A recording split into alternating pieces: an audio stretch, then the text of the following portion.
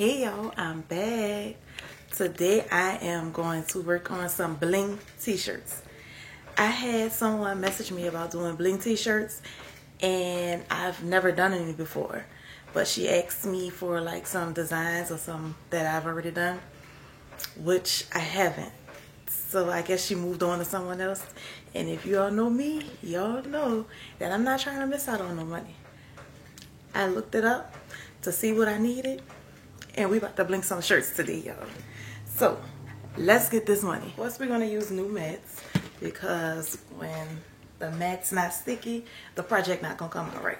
But I only have the light grip and the strong grip mats. I think I'm gonna go with the strong grip because the material that we have to cut out is a flock type of material and we want it to hold because we want those circles to come out perfectly so we don't have no mistakes or errors. So we're gonna go with the strong grip. Okay, so here I'm showing y'all the materials that we're going to use. Of course, we're using the strong grip mat, the rhinestone flock, then we use the rhinestone transfer tape. We also have tweezers, a weeder, a wax pen, and a brush so we can brush the rhinestones in. And of course, rhinestones. Now we're in Cricut Design Space and we're going to start a new project. I'm going to go and upload a design that I already downloaded using Creative Fabrica. I'll link that down in the description. It is awesome. There are tons of files you can download and use. The design we're using today is Nope, Not Today. We use the SVG file, so once we load it into Design Space, we don't have to resize anything. After the file is loaded, we go ahead and name it so we can find it whenever we need it again. After we name it, we go ahead and click Upload so we can upload it to Design Space and then add it to the canvas.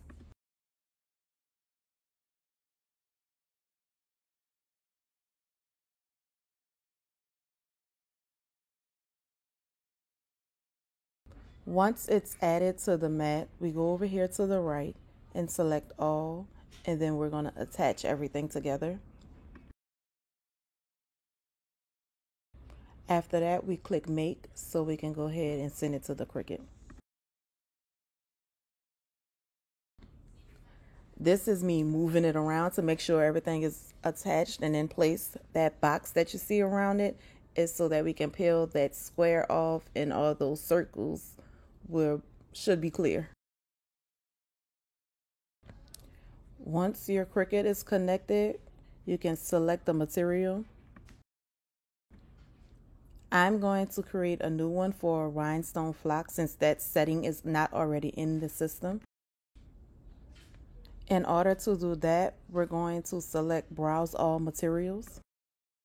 Then we're going to click on Material Settings. Then go all the way down until you find Add New Material.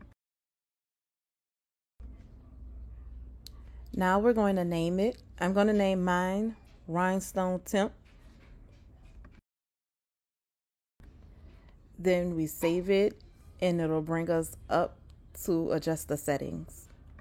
The settings that I found said 300 for the pressure, and then we're going to cut it twice and we're going to use a fine point blade.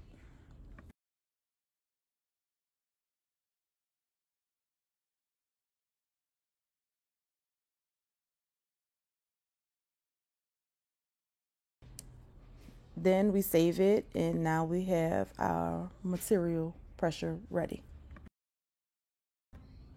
Now we can close that out and then I'll show you how to find your material. We're going to go into all materials, then we find my material. It's at the very top. I favored it so it'll be there ready when I'm there, when I need it. And now we're ready to cut. So my camera died when I was trying to show y'all how to lay the flock onto the mat, But what you do is just take off the white backing and then lay the sticky part onto the mat. That helps the circles come off easier. Now we're going to take off the part that cut the square out. We don't need that extra anymore. And then we're going to slowly pull back so that we can make sure everything comes off.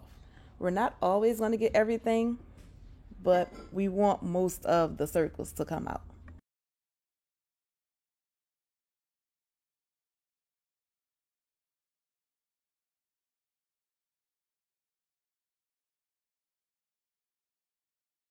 We're going to continue to slowly pull back so that we get everything off.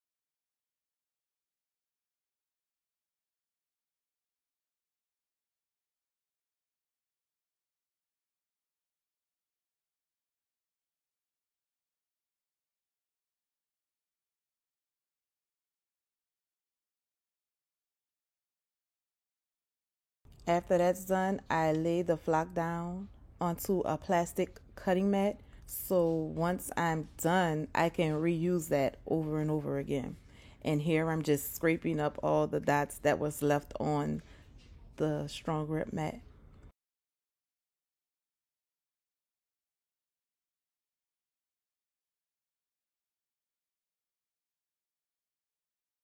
After that's done, I can put the plastic back on top and put it to the side so I can reuse later.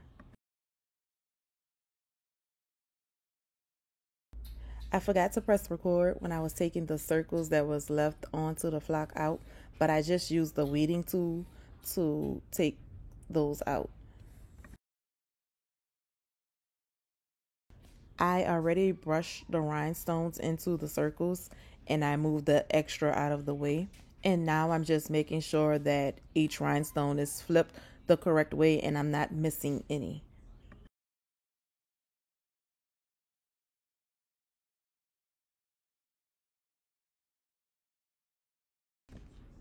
Here, everything is filled in and it looks good. So now we're going to get the tape ready. And so we take the tape and fold it almost like a taco and just kind of drop it down onto the rhinestones.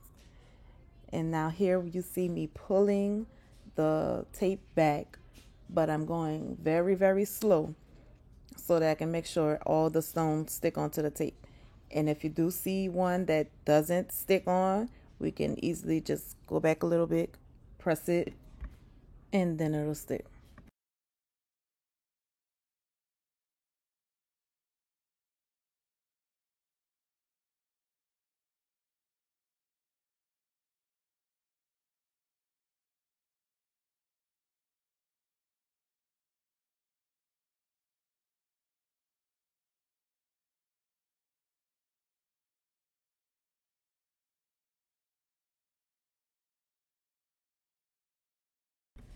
Always keep your weeding tool or some tweezers near you so if you have to flip a rhinestone over, you can quickly do it.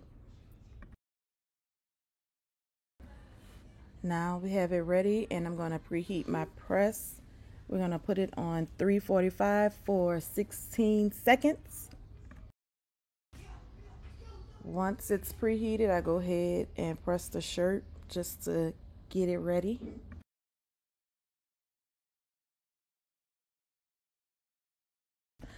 Once the shirt is pre-pressed, we're going to carefully put the template onto the shirt.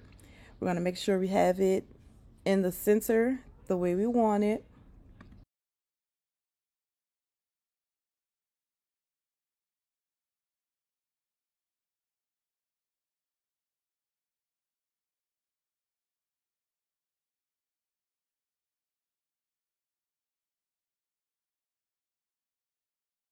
Once we have it where we want it, we're going to cover it with a Teflon sheet and then press.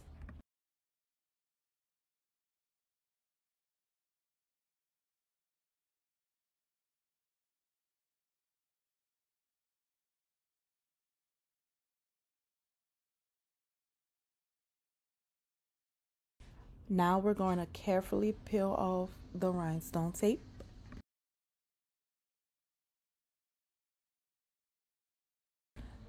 Just to make sure everything sticks, I'm going to go ahead and press it again.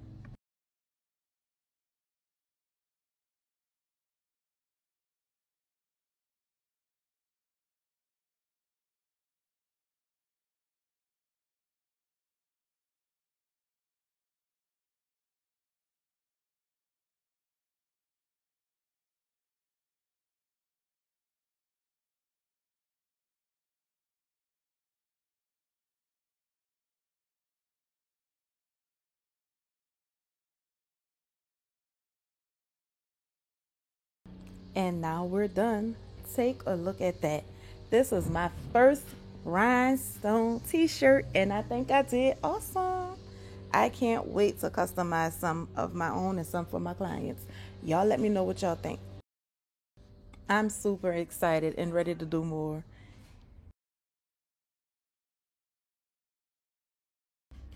Thanks for watching. Y'all like, comment, and subscribe.